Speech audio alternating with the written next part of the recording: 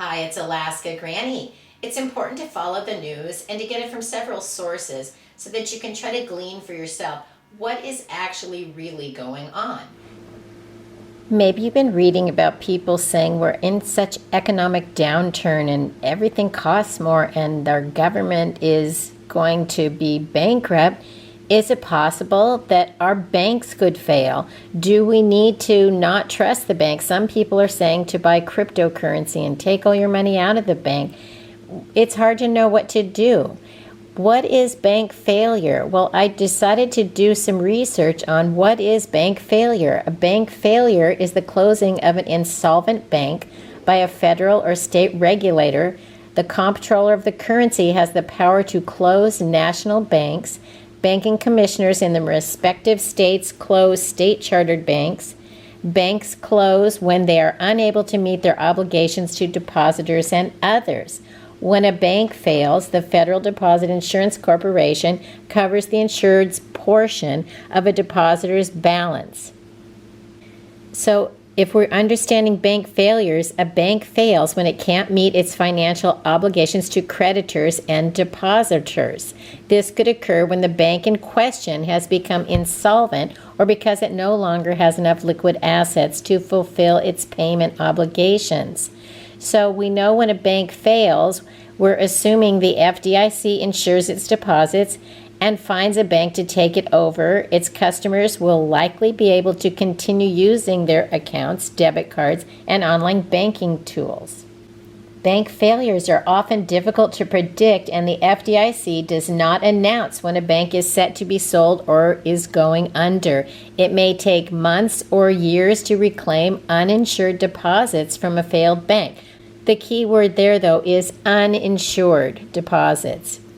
So when a bank fails, it may try to borrow money from other solvent banks in order to pay its depositors. If the failing bank cannot pay its depositors, a bank panic might ensue in which depositors run to the bank in an attempt to get their money back. This can make the situation worse for the failing bank by shrinking its liquid assets as depositors withdraw cash from the bank. Since the creation of the FDIC, the federal government has insured bank deposits up to $250,000 in the U.S. When a bank fails, the FDIC takes the reins and will either sell the failed bank to a more solvent bank or take over the operation of the bank itself. Ideally, depositors who have money in the failed bank will experience no change in their experience of using the bank. They'll still have access to their money and should be able to use their debit cards and checks as normal. In the event that a failed bank is sold to another bank, account holders automatically become customers of the bank and may receive new checks and debit cards. During the 2007-2008 financial crisis, the biggest bank failure in U.S. history occurred when Washington Mutual, with $307 billion in assets, closed its doors. It's hard to believe that much money was in one bank. Poof. The FDIC was created in 1933 by the Banking Act, and if you think back to the Depression, 1/3 of American banks failed. By the time the FDIC was created, American depositors had lost $140 billion due to bank failures. You can see why people are still concerned. How can you protect your assets? With bailouts, governments inject money into troubled banks and corporations to help them avoid bankruptcy. But that isn't the case with bail-ins, because banks use the money they have available from depositors and unsecured creditors to help them avoid failure. That means your money may be at risk if you have more than $250,000 in an account, which most of us don't have that problem. But if you do, make sure that you spread it among different banks and that you don't go over $250,000 in any one account or bank. If you want to protect your assets, here are some tips. Keep a watchful eye on the performance of financial markets and financial sectors. Ensure the financial institutions you choose are financially secure and stable. Okay, they already told us, even the government doesn't know and won't tell us. I don't know how we as average people who are trying to put food on the table and gas in the car are supposed to keep track of this. I think we're all more at risk of a bank bail-in now that the government will not bail them out. We have to make sure that our money remains protected, so make sure your account balances don't go above the $250,000 limit. Keep up to date with changes to federal government guidelines related to banking and financial matters, which is almost impossible for some of us to figure out. The Dodd-Frank Wall Street Reform and Consumer Act, which came in response to the Great Recession, means the federal government will no longer inject taxpayer dollars to prevent big bank failure. Instead, banks now have the authority to use debt capital as equity to avoid going under.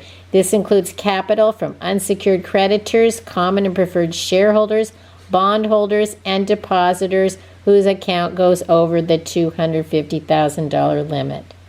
I went onto the FDIC website. They actually have a failed bank list, and the number of banks that have failed since 2000 is 563. You can go on to this website, you can see the failed bank list, and you can read all about them. And I thought it was rather shocking because I was unaware that this existed.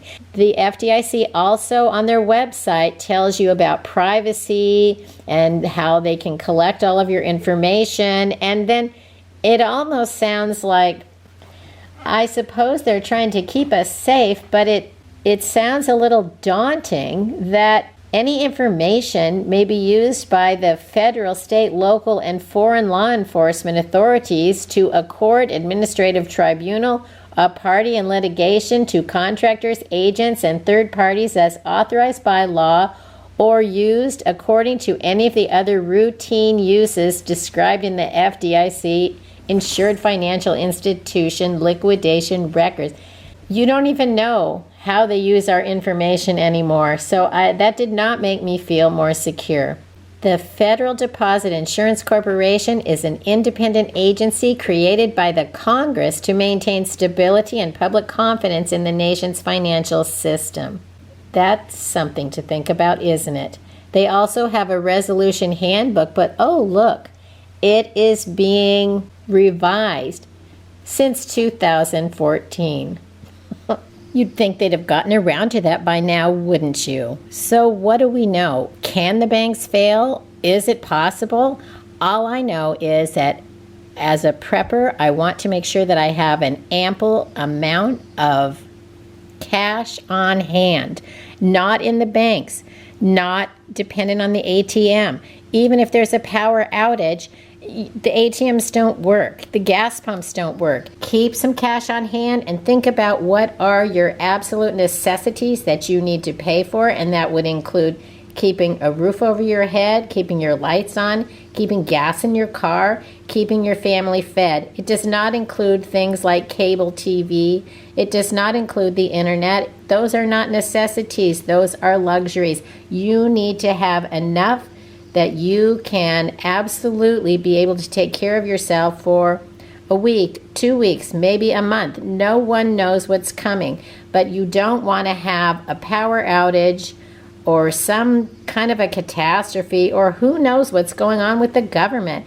We don't know where we might wake up, and yes, the banks are insured, but they're closed and you can't get the money out. And so you may eventually get it, but look at how insurance companies work. Look at how our government is running, and look at how they're handling catastrophes. They're not addressing the issues that a lot of us think are important in our world today. So make sure that you have cash on hand. Absolutely have some small bills. Keep your pantry full. Keep your car full of gas.